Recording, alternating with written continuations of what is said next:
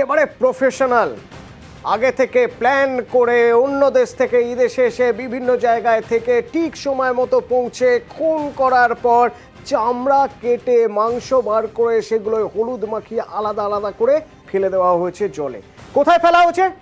যখন বারবার জিজ্ঞাসা করছেন তদন্তকারীরা, একবার এক এক জায়গা বলা হচ্ছে এবং এতক্ষণ ধরে টানা তাকে জিজ্ঞাসাবাদ করার পরেও ঠিক জায়গা খুঁজে বার করা যায়নি তদন্তকারীরা। এবার জলে লোক নামিয়ে দিয়েছেন, রীতিমতো ডুবুরি নামানো হয়েছে জলে, যে যদি ওই সাংসদের দেহাংশ পাওয়া যায়। অনুপ প্রতিনিধি আমার সঙ্গে রয়েছেন। অনুপ, এটা কোথাকার ছবি দেখছি আমরা? বাংলাদেশে যে সাংসদ খুনের ঘটনা, সেই ঘটনা কিন্তু ইতিমধ্যেই একেবারে ভাঙড়ের যে কৃষ্ণমাটি এলাকা, সেই কৃষ্ণমাটি বাগজোলা খাল, সেখানে কিন্তু তল্লাশি অভিযান চলছে। বিকাল 4টে থেকে তল্লাশি অভিযান জারি করা হলো। এখনো পর্যন্ত 1 ঘন্টা বেশি অতিক্রান্ত হয়েছে, তল্লাশি অভিযান চলছে।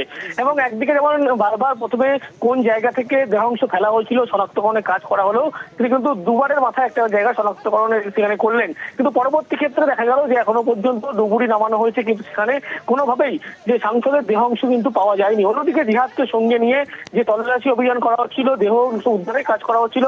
এবং এই মুহূর্তে বাগজোলা যে খাল, সেই খালে একেবারে ছবি স্পষ্ট দেখা যাচ্ছে যে একদিকে যেমন ডুবুরি নামিয়ে তল্লাশি করা হচ্ছে, তারই পাশাপাশি ডিজাস্টার ম্যানেজমেন্টের বোর্ড নামানো হয়েছে, যাতে চারিদিকে নজরদারি রাখা হচ্ছে। অন্যদিকে আরো একটি চিত্র একেবারে লক্ষ্য করা গেল, ড্রোনের মাধ্যমে নজরদারি করা গেল। এবং ড্রোনের মাধ্যমে এখনো পর্যন্ত যে অভিযুক্ত, অর্থাৎ তাকে গ্রেপ্তার করা হয়েছে, সিআইডি হেফাজতের নির্দেশ দেওয়া হয়েছিল এবং তড়িঘড়ি বা আপনার থেকে সরাসরি একেবারে এই বাগজোলা খাল ভাঙড়ের যে কৃষ্ণমাটি এলাকা, সেখানে নিয়ে আসা হয়। এবং কোন জায়গা থেকে মৃতদেহ ফেলা হয়েছিল সেখানে বারবার কিন্তু বিভ্রান্ত একটা করার চেষ্টা করছে। দ্বিতীয় যে জায়গা দেখানো হয়, সেখানে এখনো পর্যন্ত তল্লাশি অভিযান চললেও পাশাপাশি গাড়ির মধ্যে এই মুহূর্তে সিআইডি আধিকারিক, তারা কিন্তু অভিযুক্ত জিহাদ, তাকে কিন্তু জিজ্ঞাসাবাদ করছে। তার কারণ একটা বিভ্রান্তকর পরিস্থিতি তৈরি করছেন তিনি, এমনটাই সিআইডি আধিকারিকরা কিন্তু বিরক্তি প্রকাশ করছে। এবং যেহেতু বাগজোলা খাল অত্যন্ত একটি বড় খালে সংলগ্ন জায়গা, সেখানে কিন্তু একটি জায়গা যেখানে তিনি শনাক্ত করেছে, সেই জায়গাটা কিন্তু স্পষ্ট করলে দেখা যাচ্ছে যে দ্বিতীয়বার যে জায়গা দেখিয়েছে সেই জায়গায় তল্লাশি অভিযান চললেও একদিকে তল্লাশি অভিযান চলছে, অন্যদিকে জিজ্ঞাসাবাদ করছে সিআইডি আধিকারিক সাহিত্য। তার কারণ তিনি দুবার দেখানোর পরেও কিন্তু মনে করা হচ্ছে তাদেরকে বিভ্রান্ত করা হচ্ছে। এবং সেই জায়গায় যেখানে দ্বিতীয়বার দেখানো হচ্ছে, ডুবুরি নামানো হয়েছে, ড্রোনের মাধ্যমে নজরদারি করা হয়েছে। কিন্তু এই মুহূর্তে ডুবুরি যেমন নামিয়ে তল্লাশি করছে, তার পাশাপাশি ডিজাস্টার ম্যানেজমেন্টের বোর্ড দিয়েও কিন্তু খালের মধ্যে এইভাবে তল্লাশি অভিযান জারি রয়েছে। ধন্যবাদ অনুপ, ধন্যবাদ। কসাই জিহাদ, তার নার্ভ এতটাই মারাত্মক যে এখনো পর্যন্ত বিভ্রান্ত করার চেষ্টা চালিয়ে যাচ্ছে জিহাদ। তো এই জিহাদকে, জিহাদ কবে এসেছিল?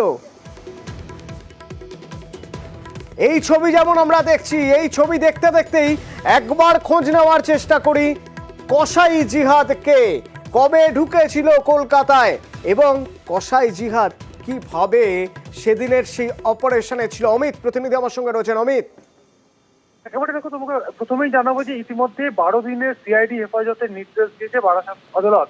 তোমাকে জানাবো যে সিআইডি সূত্র থেকে দাবি করা হচ্ছে বেআইনি ভাবে অনুপ্রবেশ করেছিল ভারতে এই জিহাদ আজ থেকে 6 মাস আগে, এবং তারপরে মুম্বাই চলে গিয়েছিল। এবং এই খুনের কারণেই তাকে 2 থেকে 2.5 মাস আগে মুম্বাই থেকে নিয়ে আসা হয় কলকাতায়, এবং চিনার পার্ক বা অন্যান্য বিভিন্ন এলাকাতে তাকে ডেরা বদল করে রাখা হয়েছে। এই তথ্য কিন্তু এখনো পর্যন্ত উঠে এসেছে সিআইডি কর্তাদের হাতে। সেক্ষেত্রে খুনের দিন আগে থেকেই তাকে নিউ টাউনের ওই অভিজাত আবাসনের ফ্ল্যাটে তাকে রাখা হয়েছিল। সিয়াম বলে আরো একজনের নাম উঠে আসছে, যে মূলত এই জিহাদকে হায়ার করেছিল এবং সিয়ামের সঙ্গে জিহাদ পূর্ব পরিচিত। এবং এই খুনের নেপথ্যে যে পরিকল্পনা করা হয়েছিল, তিনি মাস্টার মাইন্ড ছিলেন, তিনি সিয়ামকে ব্যবহার করেছিলেন এই জিহাদ এবং অন্যান্য যারা খুনে যুক্ত তাদেরকে জোগাড় করার জন্য।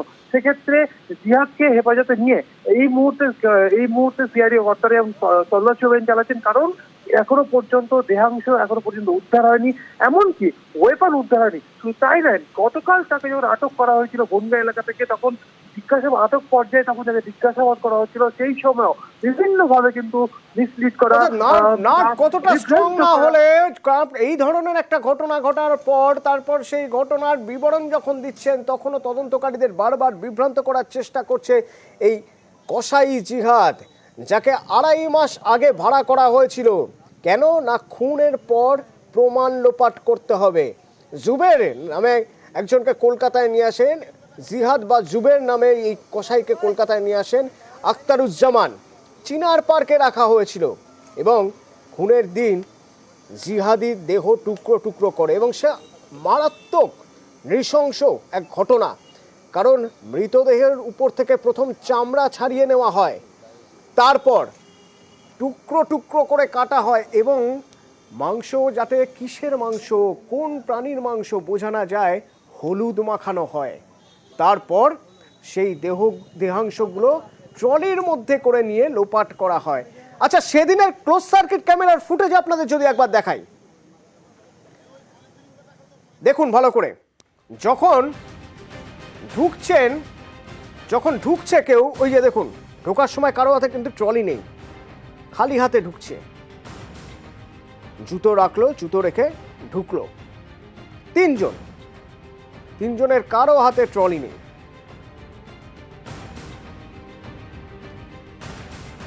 এর পরের ছবি দেখুন, ওই তিনজন বেরোচ্ছে, দুজনের কাছেই কিন্তু ব্যাগ রয়েছে।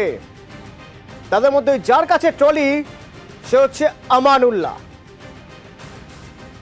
আর এই যার হাতে দুটো ক্যারি ব্যাগ, খুলনার কসাই জিহাদ, যাকে এখনো জিজ্ঞাসাবাদ করার পরেও ঠিক কোন জায়গায় দেহাংশ ফেলা হয়েছিল তা বলতে গিয়ে বারবার ঘোরাচ্ছে, তদন্তকারীদের বারবার ঘুরিয়ে যাচ্ছে এই জিহাদ। এবং এই সব কিছুর মধ্যেই আরও একটা নাম রয়েছে, আরও একটা নাম, এক রহস্যময়ী, যার ছবিও আমরা আপনাদের দেখাচ্ছি।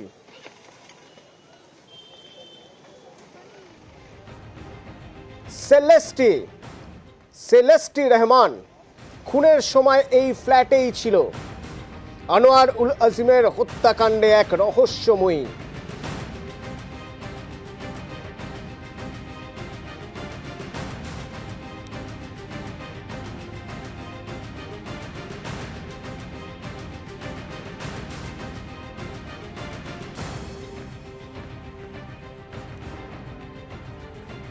সবশেষে একটা ছবি দেখাই আপনাদের। ঝাড়গ্রামে কাল ভোট, জঙ্গলমহলে। তো সেই ভোটের আগের দিন বুথগুলো দখল নিয়ে নিচ্ছে হাতি, প্রায় 100খানেক হাতি।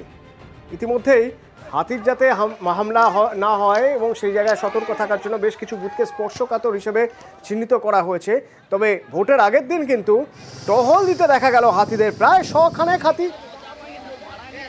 240টি বুথকে ইতিমধ্যেই স্পর্শকাতর চিহ্নিত করা হয়েছে।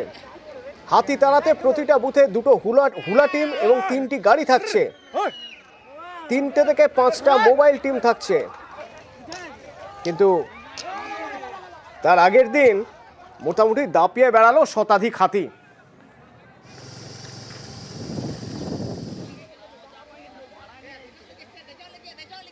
প্রায় 140টার মতো বুথ আমরা আইডেন্টিফাই করেছি, যেগুলো নর্মালি হাতি প্রবণ অঞ্চলের মধ্যে পড়ছে। আমরা হাতির অ্যাকচুয়াল লোকেশনটা 24 তারিখ সকালে জানতে পারবো। যে অ্যাক্সেস রোডগুলো আছে সেই রোডগুলোতে যাতে আমরা হাতি মুভমেন্টের জন্য যাতে ভোটিং করতে কোনো সমস্যা না হয় সেই ব্যবস্থা আমাদের তরফ থেকে নেওয়া হয়েছে। আমাদের হাতি ম্যানেজমেন্টের টিম সেই 24 তারিখ দুপুর থেকেই থাকবে, ভোট যতক্ষণ না শেষ হচ্ছে ততক্ষণ পর্যন্ত।